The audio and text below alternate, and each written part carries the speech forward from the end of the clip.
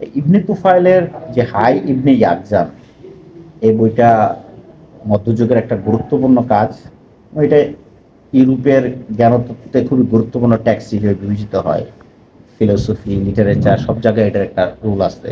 ইবনে রুশদও এটা দ্বারা প্রভাবিত হয়েছে বলা যায়। তারপর পরবর্তী ফিকশনের আবির্ভাবের ক্ষেত্রে এটা খুব গুরুত্বপূর্ণ ভূমিকা রাখছে। তারপরে মানুষের যে ফিলোসফিক জার্নি, তো এটা নিয়ে মানে তরুণরা কেন এই বইটা পড়বে, বা একজন জ্ঞান চর্চাকারী বা জ্ঞান সাধক এই বইটা কেন পড়বে, এবং এই দুইটা জিনিস নিয়ে আমরা আরিফের কাছ থেকে শুনবো আর কি। বইটা কেন গুরুত্বপূর্ণ, আর কিভাবে এটা আমাদেরকে হেল্প করতে পারে আর কি জ্ঞান চর্চা বা জ্ঞান সাধনায় আর কি বলা যায়। বইটার গুরুত্বপূর্ণ জায়গাটা হচ্ছে বইটা লেখা প্রায় আছে মধ্যযুগের সময় লেখা। মুসলিম ওয়ার্ল্ডের যত গুরুত্বপূর্ণ যে জ্ঞানগুলো আছে, যেমন আমরা যখন দেখি যে কোনো একটা সভ্যতা যখন হারাই যায় অথবা মানে অধপতন হয়, আর যেই সভ্যতা অধপতিত সভ্যতা থেকে উত্থিত হয়ে নতুনভাবে সিভিলাইজেশন তৈরি করে, তাদের মূল কাজ হচ্ছে যে পূর্ববর্তী সভ্যতার গুরুত্বপূর্ণ যে বিষয়গুলা, চিন্তা, জ্ঞান, ফিলোসফি যা যা আছে সেগুলোকে তারা কালেক্ট করে, গ্যাদার করে, যে থেকে জাদুঘর ধারণা তৈরি হয়েছে, লাইব্রেরি ধারণা তৈরি হয়েছে। আর মুসলিম ওয়ার্ল্ডের পতনের পরও যেই গুরুত্বপূর্ণ দার্শনিক চিন্তাগুলো ইউরোপের তারা দখল করছে অথবা তারা রিসিভ করছে, এর মধ্যে ইবনে তুফাইলের হাই ইবনে ইয়াকজান সবচেয়ে গুরুত্বপূর্ণ। এবং ইউরোপের রেনেসার ক্ষেত্রেও এই বইটা খুবই গুরুত্বপূর্ণ।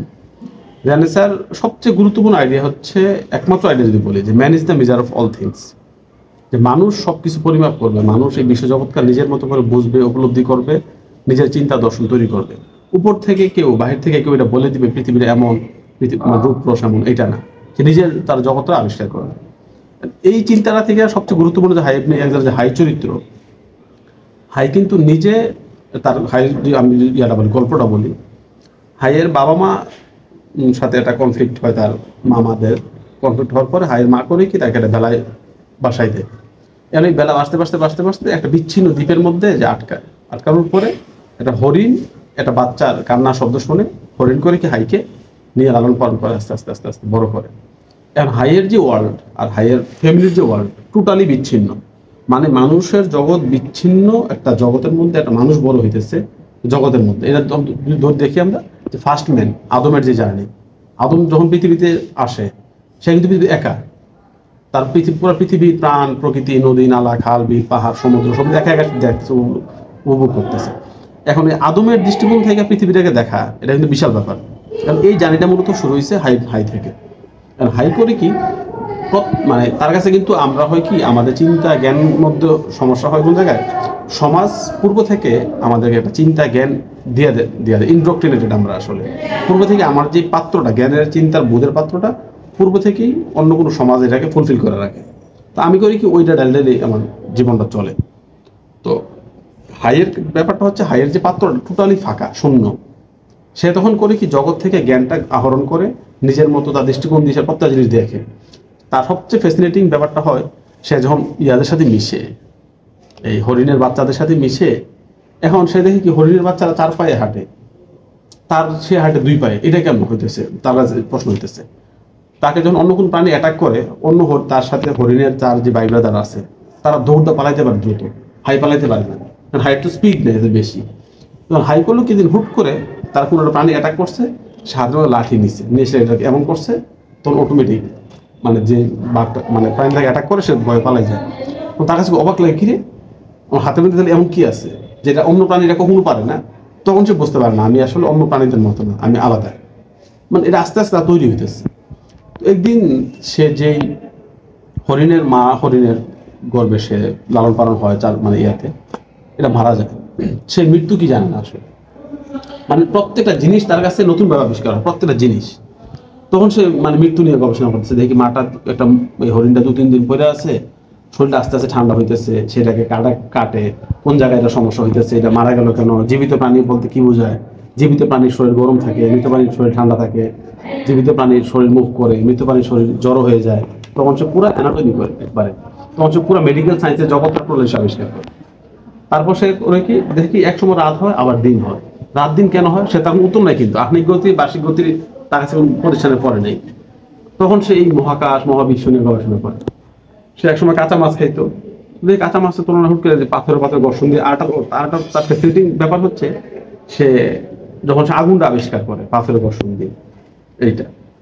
তো ইউরোপের চিন্তা যখন দেখায়, ইউরোপ কিন্তু বলে যে পূর্বে সকল চিন্তাটাকে একটু ব্র্যাকেটিং করে নতুনভাবে পুরো জগৎটাকে দেখার জার্নি, এই জার্নিটার ক্ষেত্রে হাইব্রিড এক্সাম সবচেয়ে গুরুত্বপূর্ণ ভূমিকা রাখছে। এবং হাইটা দেখা মূলত ইউরোপের এই যে রিভাইভ হওয়া, রেনেসা মানে কিন্তু পুনর্জাগরণ, এবং মুসলিম ওয়ার্ল্ডের এই স্টোরি কিন্তু ঠিক নতুনভাবে দেখা। কারণ মজার গল্প হচ্ছে হাই যখন যে সমাজ থেকে বের হয়ে যায়, যেই মানব সমাজ, এই মানব সমাজের মধ্যে ধর্মীয় কনফ্লিক্ট, বিজ্ঞানের কনফ্লিক্ট, নানান কনফ্লিক্ট মতভেদ আছে, এবং ওই সমাজে চূড়ান্ত সত্যের একটা মানদণ্ড আছে, নীতি, নৈতিকতা, সততা। হাইকোরিক ওই দিক দিয়ে একেবারে টোটালি সমাজ বিচ্ছিন্ন হয়ে নতুন করে সত্যের জার্নি, মানে সত্য জার্নি বলতে জার্নি বলতে তিন ধরনের জ্ঞান। তো একটা হচ্ছে সেন্স পারসেপশনের জ্ঞান, একটা হচ্ছে চিন্তাগত জ্ঞান, আর একটা হচ্ছে স্পিরিচুয়াল নলেজ। হাই কিন্তু প্রত্যেকটা স্টেজ একটা পর একটা পার হয়। এবং মজার ব্যাপার হচ্ছে এই বইয়ে হাইয়ের দেখানো হয় মানে 49 বছর, এবং প্রতি 7 বছর পর পর 7 7 49 না, মানে 7টা স্টেজ তার। এবং জ্ঞানের কিন্তু 7টা এমন স্টেজ আছে, এবং তারও দেখায় যে 7 বছর পর পর তার জ্ঞানের কিভাবে পুরা চেঞ্জ হয়ে যায়, পুরা চিন্তা জগৎ পাল্টায় যায়। এবং ওইটার মধ্যে যেমন এটা কিন্তু এই বইটা একটা সেম টাইম একটা পৃথিবীর একবারে প্রথম মানুষ থেকে শেষ মানুষের লাইফ জার্নিও কিন্তু এটার মধ্যে আছে। এবং মানুষের মানব ইতিহাসে যে গুরুত্বপূর্ণ আবিষ্কারগুলো, যে আবিষ্কারগুলো মানুষের ইতিহাসের বাক চেঞ্জ করে ফেলে, যেমন আগুনের আবিষ্কার বাক চেঞ্জ করে ফেলে, চাকার আবিষ্কার বাক চেঞ্জ করে ফেলে, তারপর মানুষ আকাশে উঠতে পারতো না, এরোপ্লেন যে আকাশে উড়ে পাখির মতো, এটাও সে কিন্তু ট্রাই করে একসময়। সে দেখি সব পাখির আকাশে উড়ে, আমিও আকাশে উঠবো, সে জানা লাগায় ইয়ার মধ্যে তার ইয়ার। ইউরোপের যে কত গুরুত্বপূর্ণ থিওরিগুলো, এই যে প্লেন আবিষ্কার হলো না, এটা থিওরি কিন্তু মোটামুটি ইয়াতে আছে, এই বইয়ের মধ্যে আছে। তারপর যদি আপনি দেখেন এই যে নিউটনের যে গ্র্যাভিটেশনাল যে থিওরিগুলা, যে প্রত্যেকটা গ্রহ নক্ষত্র একে অপরকে আকর্ষণ করে আবার বিকর্ষণ করে, এর ভিতর দিয়ে এটা সার্কুলার হইতেছে, এই থিওরি কিন্তু এটার মধ্যে আছে। সে যখন গ্রহ নক্ষত্র গবেষণা করে, মানুষ যে কাঁচা খাবার খাইতে আছে, আর একটা সে যখন স্পিরিচুয়ালি একটু উপরের দিকে যায়, সে দেখে কি যে আমি যদি গাছের ফলগুলো খাই, তাহলে তো যদি আমি ফলটা খাইলাম, ফলের ইয়াটা খাই ফেললাম, বীজটা খাই ফেললাম, তাহলে এইভাবে যদি খাইতে থাকি একসময় বীজহীন হয়ে যাবে পুরো ওয়ার্ল্ড। তখন সে করছে কি, পুরো পৃথিবীকে রক্ষা করার জন্য সে কাঁচা ফল আর খায় না, সে পাকা ফল খায়, আর যে বীজটা থাকে বীজটাকে মাটিতে পুঁতে দেয়, যেন এটা পৃথিবীটা টিকে থাকে অনেক দিন। আবার সে করে দেখতেছি কি সবকিছু একটা গুণনের মধ্যে থাকে, মানে বৃত্তাকারে সার্কুলার, যেমন মহাকাশ সব ঘুরতেছে বৃত্তাকারে, যার কারণে জোয়ার ভাটা হইতেছে। এই জোয়ার ভাটার সময় দেখা যায় পানি আছে, একসময় মানে দ্বীপে পানি উঠে যায়, একসময় দ্বীপ ফাঁকা, পানি নেই, সে এভাবে এটা কেন হইতেছে? তখন সে দেখে ওই যে সে তখন ইয়া নিয়ে গবেষণা করে, এটা বলে অ্যাস্ট্রোলজি, অ্যাস্ট্রোনমি, ওই জন্য গবেষণা করে। হ্যাঁ, এখন সে দেখে সব জগতে যা কিছু হইতেছে সবকিছুর আসলে একমাত্র পারফেক্ট মোশন হচ্ছে সার্কুলার মোশন। তো তার চিন্তা হচ্ছে আমি যদি সার্কুলার এবং সবকিছু যা তৈরি সৃষ্টি হয়েছে, এর পেছনে কেউ না কেউ আছে, একটা বৌদ্ধিক সত্তা আছে, যে জগতের সবকিছু ওয়েল প্ল্যান এবং খুবই ম্যাথমেটিক্যাল। মানে সে তখন সবকিছু গবেষণা করে, বৃক্ষ, লতা, পাতা, প্রাণী, সবকিছু গবেষণা করে, দেখি সবকিছু সূক্ষ্ম একটা প্যাটার্ন আছে। এখন দেখি সবকিছু প্যাটার্ন আসলে সার্কুলার, জন্ম মৃত্যু, জন্ম সার্কুলার, দেখ গ্রহ নক্ষত্র সার্কুলার।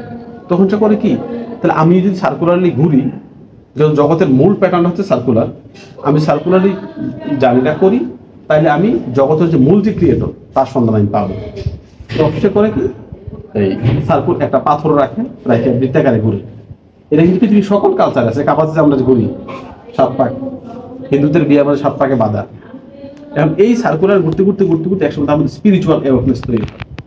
আর আরেকটা তৈরি হয়, বোধ তৈরি হয়, যে আমি যে স্পিরিচুয়ালি যখন আমি অ্যাক্টিভ হইতে যাই, তখন আমার ফিজিক্যাল যে কামনা বাসনা ডিজায়ারগুলা আমাকে মানে নিচে পিছন ধরে রাখে। তখন সে মনে করে কি আমার বডি ফিজিক্যাল যে ডিজায়ারগুলা, এগুলো মনে আমার স্পিরিচুয়াল অ্যাওয়ারনেসের জন্য বাধা। তখন সে করে কি বডিকে কম দেয়, মানে এই খাবার দাবার কম দেয়। তখন সে করে রোজা রাখে, খাবার খায় না, কারণ যত তার বডি দুর্বল হবে তত তার সোল বেশি অ্যাক্টিভ হবে। এই তখন সে সোলের প্র্যাকটিস করে, অনেকদিন রোজা থাকে, এবং সে আস্তে আস্তে পোশাক আশাক সে পড়া শিখে, ল্যাঙ্গুয়েজ শেখার চেষ্টা করে, যে কিভাবে একটা প্রাণী একটা প্রাণীর সাথে কানেক্ট করে, আমি কেন কানেক্ট করতে পারি না, এইভাবে। এমন করতে করতে সে ল্যাঙ্গুয়েজও ডেভেলপ করে।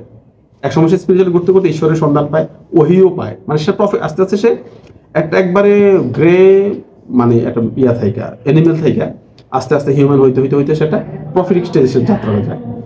এখন আরেকটা ইয়ে হচ্ছে যে ওই সে যে দ্বীপ থেকে সে এখানে আসছে আকস্মিকভাবে, ওই দ্বীপের মধ্যে ধর্মীয় কনফ্লিক্ট লাগছে, ধর্মের সাথে সায়েন্সের কনফ্লিক্ট লেগে এক বিশাল বড় মাওলানা, সেও সাধু সুফি টাইপ, সে এই দ্বীপে এসে আশ্রয় দিয়েছে।